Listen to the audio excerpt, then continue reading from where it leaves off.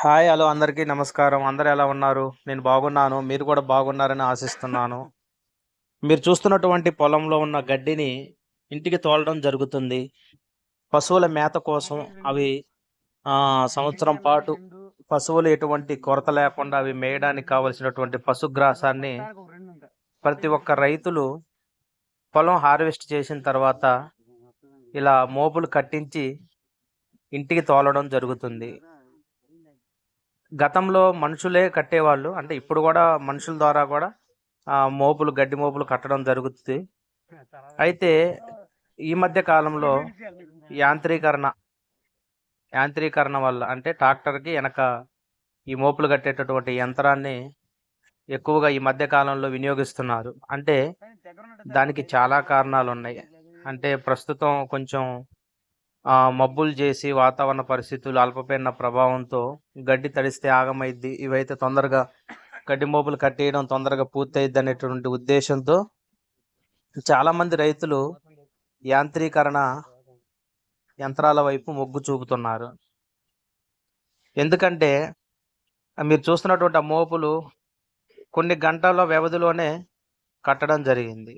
మా గ్రామానికి సంబంధించినటువంటి ఒక ఏజెంట్ ద్వారా పొరుగురు నుంచి వచ్చినటువంటి ఆ ట్రాక్టర్ గడ్డి కట్టే యంత్రాలు మా ఊరు సమీపంలో ఉంచితే అక్కడికి వెళ్ళి అన్న ఇలా గడ్డి కట్టాలని చెప్పి అడిగినప్పుడు వాళ్ళు మోపుకి రూ. 25 ఛార్జ్ చేస్తున్నారు. మోపుకి రూ. 25 తీసుకొని అంటే మీరు చూస్తున్నటువంటి ఆ ఉండలు ఆ మోపులు ఏవైతే ఉన్నాయో అవి ఒక్కొక్క మోపు వచ్చేసి రూ. 25 తీసుకుంటారు అనమాట. అలా వెంటనే కంప్లీట్ అయిపోయినాయి. సరే దేవుడి దయ వల్ల ఇటువంటి వర్షం అయితే మా కాడ గాలిదుమ్ములు ఇవి వచ్చినాయి కానీ వర్షం అయితే పడలేదు. రాత్రి కూడా ఒకటే గాలిదుమ్ము. వర్షం పడిద్దేమో అనుకున్నా కానీ వర్షం పడలేదు. సరే ఉదయాన్నే కొంచెం ఆ వ్యక్తిని కొంచెం రిక్వెస్ట్ చేస్తే పాపం నా మాట తీసేయకుండా వచ్చి అలా మోపులు లోడ్ చేస్తూ ఒక 3 టిప్పుల వరకు గడ్డి వెళ్ళేటట్టుంది.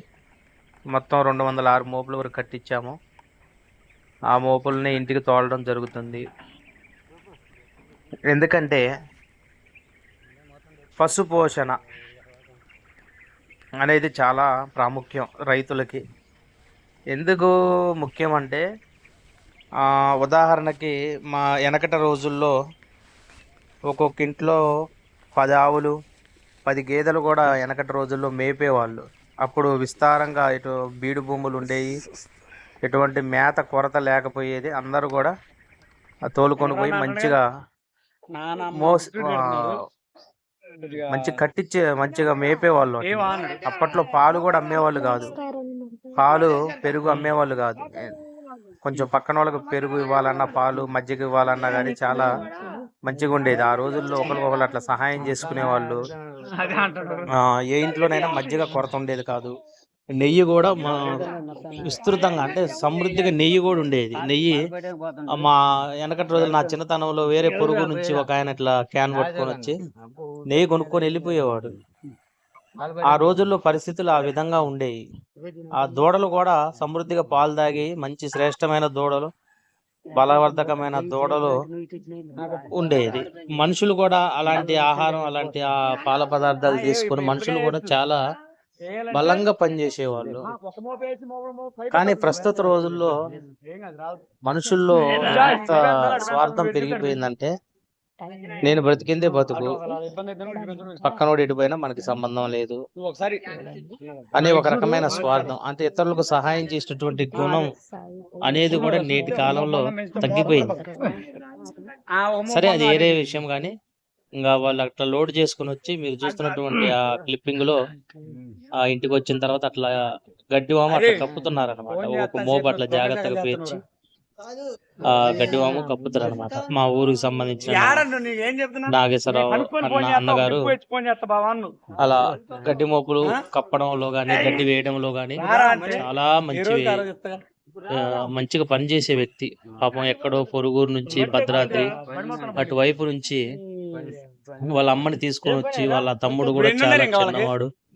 అలాంటి టైంలో మా గ్రామానికి వచ్చి మాకు తెలిసిన వాళ్ళ ఇంట్లో మా గ్రామంలో ఉన్న ఒక రైతు ఇంట్లో కూలీ పని చేసి అంటే జీతగాడిగా ఉండి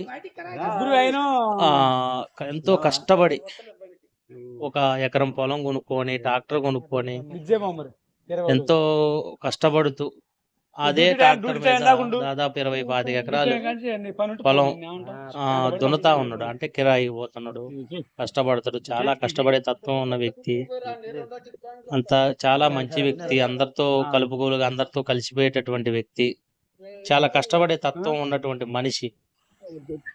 కడుపులో కల్మషం లేనటువంటి మనుషులు ఉంటారు, అరుదుగా ఉంటారు. అలాంటి వ్యక్తుల్లో ఈ వ్యక్తి కూడా ఒకరు. మాకెంతో చేదోడు వాదోడుగా ఉంటాడు, మాకు చాలా సహాయం చేస్తుంటాడు. మేము అడగంగానే అన్న వానలు పట్టింది, మబ్బులు గడ్డి తడుస్తుంది, కొంచెం సహాయం చేయండి అన్న, తొందరగా గడ్డి తోలండి అన్న అంటే మా మాట తీసేయకుండా వెంటనే సరే తమ్ముడు మీ 3 టిప్పులు గడ్డి అయింది, ఎట్టి పరిస్థితుల్లో నేను కంప్లీట్ చేస్తాను, మీకు సహాయం చేస్తా అని చెప్పి మనకి రావడం జరిగింది.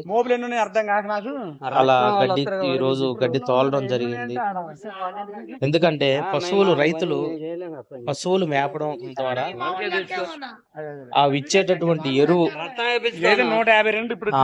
పొలాల్లో వేస్తే పొలాలు కూడా మంచిగా పంట పండే అవకాశం ఉంటది.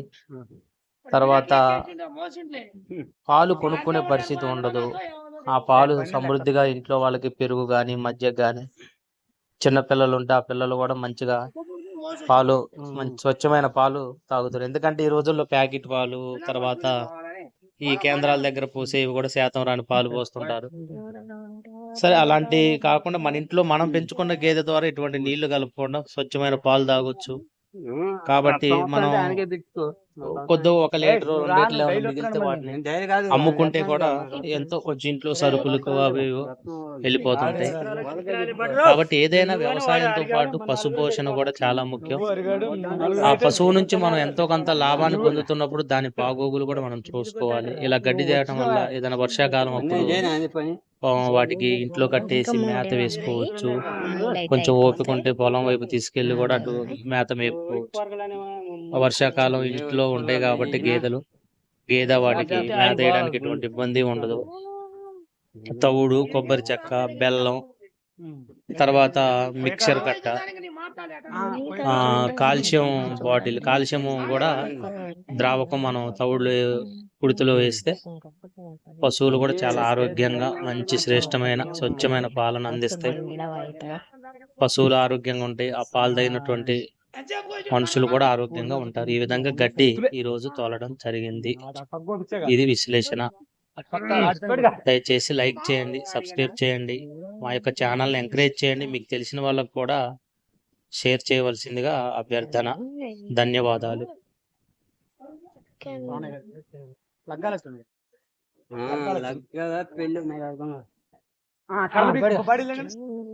కర్రలతో మనకేం పనిగా, కర్ర వద్దా?